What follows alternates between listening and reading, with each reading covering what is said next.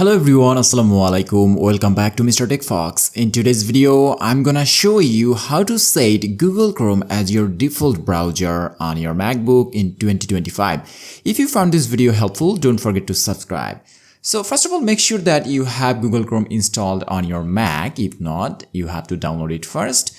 I'm just assuming that you already have downloaded it. So after downloading the browser, so once you have installed Google Chrome on your MacBook, normally open that. And after then click on this three dot. And then normally choose. And from here choose settings. And now click on this default browser. And here you will get an option to make it default. Normally click on this make default button.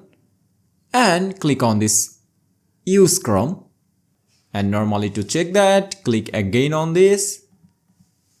And here you can see that Google Chrome is your default browser. And that's how to do it. Super quick and easy. If this tutorial helped, please like, share, and don't forget to subscribe to the channel. Allah Hafiz.